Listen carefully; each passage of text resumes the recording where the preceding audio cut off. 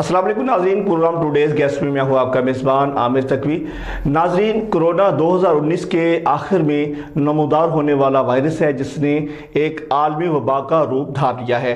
अब तक पूरी दुनिया में 62,72,000 से ज़ायद लोग मुतासर हुए। तकरीबन 3,74,000 अफराद इसका लुक़्वा अजल बन चुके हैं। इस वबा से मुतासर होने वाले अफराद वो भी शामिल हैं जो हमें बचाने के लिए फ्रंट लाइन पर शब रोज़ एक किए हुए हैं। हम डॉक्टर और पैरामेडिकल स्टाफ को 49 न्यूज़ की टीम की जानिब से सलाम पेश करते हैं।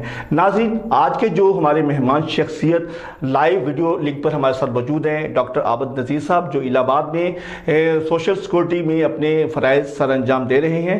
पिछले दिनों ये भी कोरोना से बुरी तरह मुतासिर हो गए थे। अब तबीयत बेहतर है और अपने घर में ही मुंतकिल कर दिया गया है। आइए इनसे गुफ्तगू करते हैं। जी डॉक्टर साहब, बहुत शुक्रिया, आपने अपना कीमती वक्त दिया। डॉक्टर साहब, सबसे पहले हमें ये बताइएगा कि आपको कैसे पता चला, कौन से ऐसे सिम्टम आपको महसूस हुए थे जिसको पता चला कि आपको कोरोना की शिकायत हो गई है?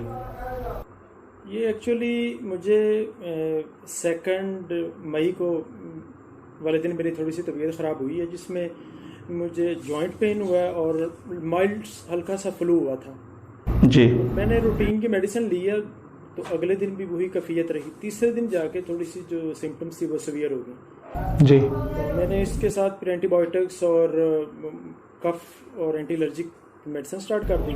5वें दिन जाके जो मेरे फेफड़े हैं और जो कफ है उसमें शिद्दत इख्तियार कर गई और साथ में मुझे हाई ग्रेड फीवर हो गया।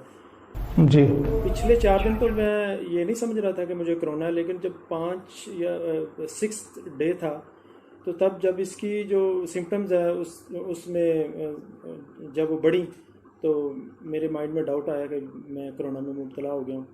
जी, तो इसके लिए मैं फिर प्राइवेट मैंने फैसला किया कि मैं अपना PCR कोरोना का। ये कहाँ से करवाया था आपने टेस्ट? जी, मैंने लाहौर से करवाया था, चुगताई लैब से। चुगताई लैब से, ठीक है। तो उसकी 12 घंटे के बाद रिपोर्ट आ गई, पॉजिटिव आ गई। अब मैं तो अपनी तरफ से ये कर रहा था कि मैं सेल्फ क्वारंटाइन हो जाऊंगा कि किसी को पता नहीं है मेरा पॉजिटिव है, मैं किसी को ना बताऊं। जी, जो एक क्वारंटाइन सेंटर का एक खौफ था, लेकिन मुझे ये पता नहीं था कि ये जो है ये इंटरलिंक सारा सिलसिला होता है। तो मुझे 8-10 घंटे के बाद हमारे DDHO साहब की कॉल आ गई, जी डॉक्टर साहब आप कोरोना पॉजिटिव हैं तो आप रेडी हो जाएं क्वारंटाइन सेंटर जाने के लिए। जी, इन दिनों मेरी तबीयत ज़्यादा ख़राब थी, मैंने अपनी ड्यूटी भी ऑफ कर दी थी, क्लिनिक भी ऑफ कर दिया था, क्योंकि ये मेरे लिए एक बड़ा सदमा था। इन दिनों मेरी तबीयत भी शदीद ख़राब थी। तब तक ये 8 या 9 दिन गुजर चुके थे।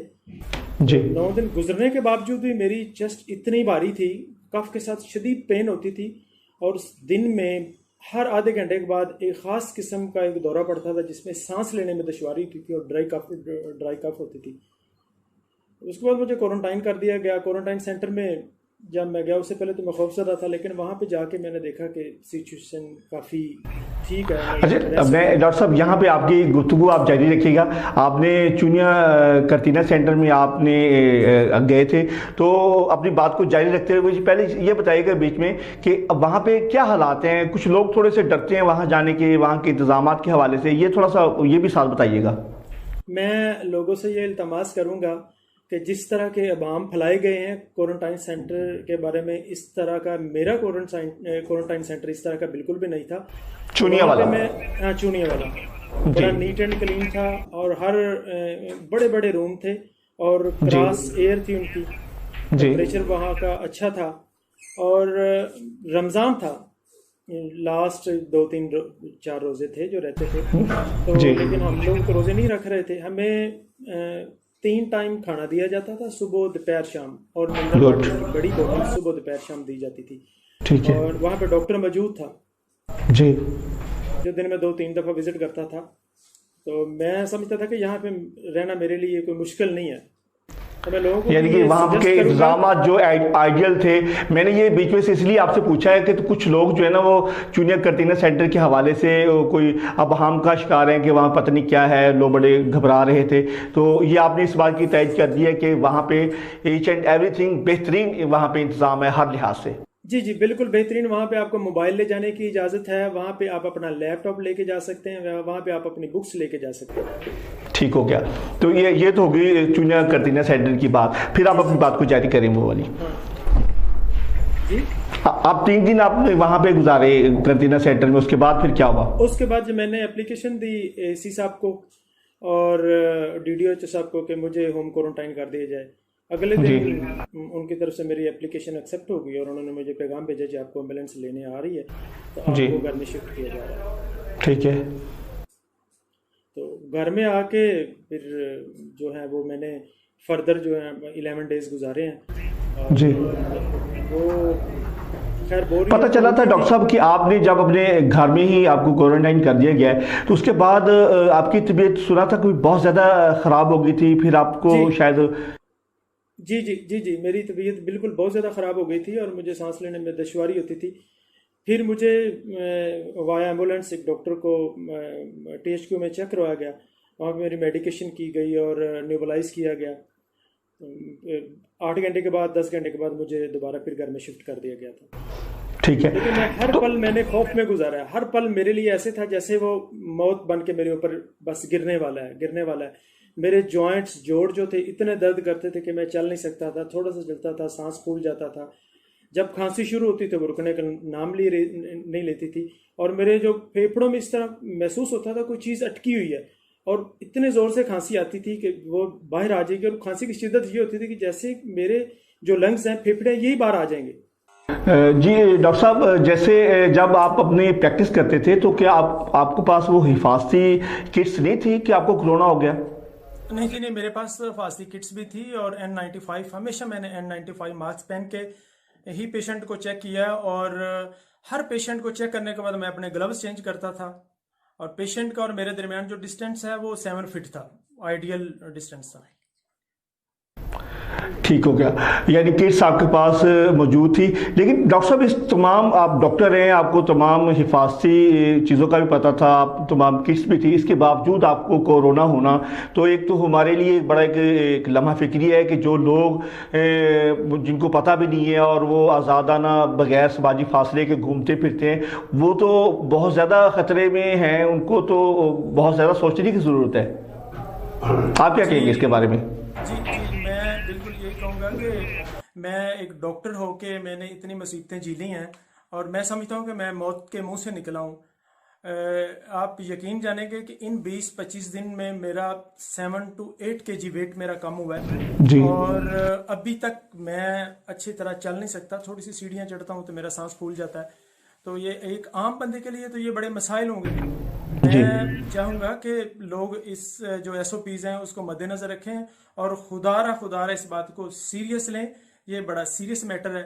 मैं जितनी सिम्टम्स मेरे ऊपर आई हैं, जितनी उसकी शिद्दत थी, अगर कोई ऑलरेडी डिजीज पर्सन होता तो मैं नहीं समझता कि वो बच सकता। डॉक्टर साहब, हमारे नाज़रीन को आज का हमारा प्रोग्राम का मकसद ये है कि कुछ लोग इतनी दुनिया में हलाकतें हो रही हैं और पूरी दुनिया का निज़ाम दरम बरम हो चुका है, लेकिन पाकिस्तान में अब भी कुछ लोग ऐसे हैं जो कहते हैं कि कोरोना कुछ भी नहीं है, ये सिर्फ एक प्रोपोगंडा है। मेरी ये सारी गुफ्तगू उन्हीं लोगों के लिए है जो इस बात को सीरियस नहीं ले रहे।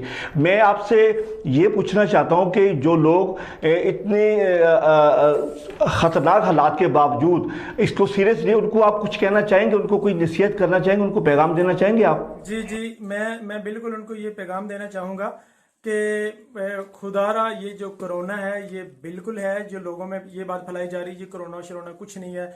ये जो डॉक्टर्स हैं, जब पेशेंट वहाँ पे जाता है तो उसे कोरोना में डाल दिया जाता है और लाखों रुपए जो बटोरे जाते हैं, ऐसी किसी किस्म की कोई बात नहीं है। ये सब एक झूठ का पलंदा है। कोरोना है और ये हमारा लॉस करेगा। अगर हमारी कौम गैर संजीदा रही, हमारे लोग गैर संजीदा रहे, तो इसका हमें बहुत बड़ा खमियाजा भुगतना पड़ेगा।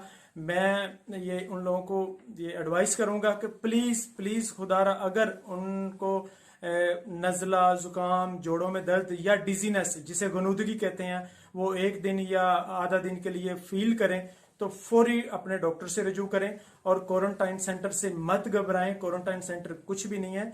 जितना लोगों ने ये एक खौफ बर्पा किया हुआ है कि क्वारंटाइन सेंटर में ये जुल्म होते हैं, ये ज्यादती होती है, कुछ भी नहीं होता। आप अपने डॉक्टर से प्रॉपर इसका इलाज कराएं। गवर्नमेंट जो है वो पेशेंट्स के पीछे इसलिए भागती है कि ये लोग आगे भागते हैं, तो गवर्नमेंट इनको बचाने के लिए और डॉक्टर्स इनको बचाने के लिए इनके पीछे भागते हैं। हमारी बात सुने, आप भागे मत, अपने गाँव छोड़ के दूसरे इलाके में मत जाएं, आप वहां पर भी लोगों को इन्फेक्टेड करेंगे। तो खुदारा मैं ये उन लोगों को हाथ बांध के ये एक तलकीन करता हूँ या एक एडवाइस नसीहत करता हूँ छोटी सी। मुझे छोटा भाई होने के नाते या एक डॉक्टर होने के नाते आप कुछ भी समझ के तो मेरी इन बातों पर यकीन करें कि आप लोग इसको संजीदा लें। आप पर अगर इस किसी किस्म की कोई अलामत आए तो फौरी आप डॉक्टर से फौरी डॉक्टर से रब्ता करें। अच्छा डॉक्टर साहब, आखिर में हमें हमारे देखने वालों को वो कुछ ऐसी चंद तदाबीर बताएं जिससे हम कोरोना से महफूज हो सके। हाँ, इसमें यह है कि आप अगर अपने घर वालों से भी बात कर रहे हैं तो 6 फीट का फासला आप रखें। अगर आप घर में भी कोशिश करें, आप घर में ज्यादा फर्द हैं तो घर में भी मास्क पहन कर रखें। अगर बाहर जाते हैं तो आप बिल्कुल मास्क पहन कर रखें। लोगों से आप जो है वो हैंडशेक मत करें और लोगों को गले मत मिले, और हजूम वाली जगह से तो बिल्कुल आप मत जाएं। इससे मैं समझता हूं कि आप भी महफूज हैं, हम डॉक्टर भी महफूज हैं। आजकल तो आपको पता है कि डॉक्टर्स की कितनी डेथ्स हो रही हैं, तो खुदारा हमें भी बचाएं और आप भी बचिए और कौम को भी बचाएं। बहुत शुक्रिया डॉक्टर साहब। नाज़रीन, आपने हमारे मुअज़्ज़ज़ मेहमान की गुफ्तगू सुनी। नाज़रीन, आज का हमारा जो प्रोग्राम है वो ख़ुसूसी तौर पर उन लोगों के लिए है, उन लोगों को आगाही देने के लिए जो अभी भी कोरोना को सीरियस नहीं ले रहे। खुदारा इस जो हमारे हुकूमती SOPs हैं उस पर अमल करें, समाजी फासले का ख्याल रखें ताकि आप महफूज रहें, आपके घर वाले महफूज रहें, हमारा मुल्क महफूज रहे। नाज़रीन, फिर मिलेंगे एक नए मेहमान के साथ। तब तक मुझे और मेरी टीम को इजाज़त दीजिए। अल्लाह हाफिज़।